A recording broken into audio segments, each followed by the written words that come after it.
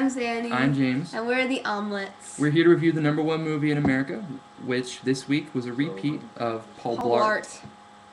So this time we're going to review Underworld, Rise of the Lycans, which made $20,700,000. Yeah. Underworld, Rise of the Lycans, starring Michael Sheen, Bill Nye. Is that how you say his name, Bill Nye? I think it might be Nye. I don't know. The thing is, nobody's ever said his name. I know, because every time I hear Bill Nye, I think Bill Nye the Science Guy. Yeah, so that throws me off. But anyway, Michael Sheen, Bill Nye, and Rona Mitra. Written by Dirk Blackman and Danny McBride. I was surprised to hear Danny McBride wrote this. Directed by Patrick Tatopoulos. It got 44% positive reviews on RottenTomatoes.com, and we saw it a couple days ago. Yes, we did. It's actually a prequel, for those of you who don't know, to the original movie starring Kate Beckinsale, Underworld, and the sequel to that was Underworld Evolution. This prequel tells the story of the love between a vampire and a werewolf in the midst of the Lycan revolt against their vampire masters after centuries of slavery. And it's the story of how this war sort of escalated, I suppose is the word. Yeah, escalated. Unfortunately, we're using my computer this week, so we're not going to be able to show you the trailer, but we're going to put a link in the description so you can watch it. So our technical difficulties will not get in the way of our format. Yes. So I personally saw Underworld and Underworld Evolution. I thought Underworld was awesome. Underworld Evolution could have been better, but Michael Sheen's character is this werewolf, which in the movie they call werewolves Lycans. And in the original movie, he's this sort of mysterious character, and you wonder how he came to be the way he is. And Underworld, Rise of the Lycans does exactly that. It talks all about the history. So for me, it was kind of neat to see that. And I was definitely really impressed by the general tone of the movie. It looked really cool. Mm-hmm. Like, the effects they did were really, really good.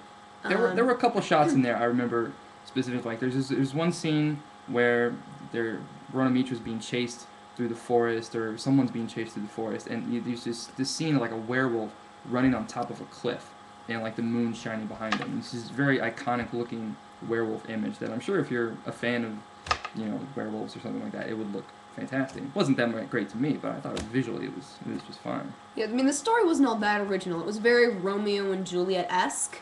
Meets Lord of the Rings, meets Gladiator, meets it had a lot of references to other pop culture, types of movies, like Lord of the Rings, like he said.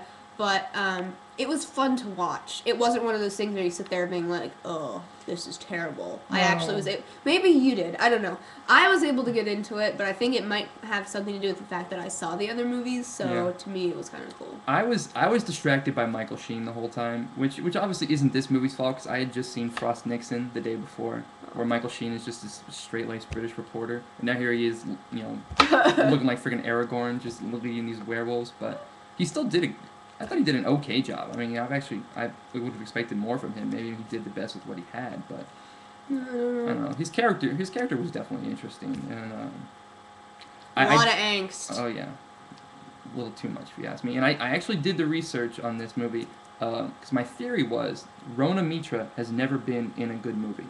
That was my theory. Not only that she hasn't starred in one, she's never been in one. Her most popular, highest grossing movies, if you will, Hollow Man with Kevin Bacon, Sweet Home Alabama with Reese Witherspoon, and Doomsday, this crazy movie that came out like last year. None of those are good movies. I don't think I've even ever heard of any of them until you told me. Yeah, exactly. So this is Rona Mitra's track record, and so this is the female lead that Underworld hitched their wagon to this time instead of Kate Beckinsale. Well, then maybe this one is slightly better than her other one. I don't know. I liked it. Only slightly better. I would give this one. I'd give it a 5 out of 10. I think it's perfectly average. I give it a 6 out of 10. Yeah. I don't know personally, but that's just because I liked it a lot. Yeah, you're a fan of the series. I imagine for a fan of the series, this movie was just fine. Vampires are awesome. For someone just watching a prequel, getting the story for the first time, it was fine. Michael Sheen kicked ass. It was great. He had a beard. It was cool. Next week. We've got Taken, the Uninvited, and New in Town. Unfortunately, we'll be watching and reviewing one of those 3 movies next week. Oh, yeah, turn it.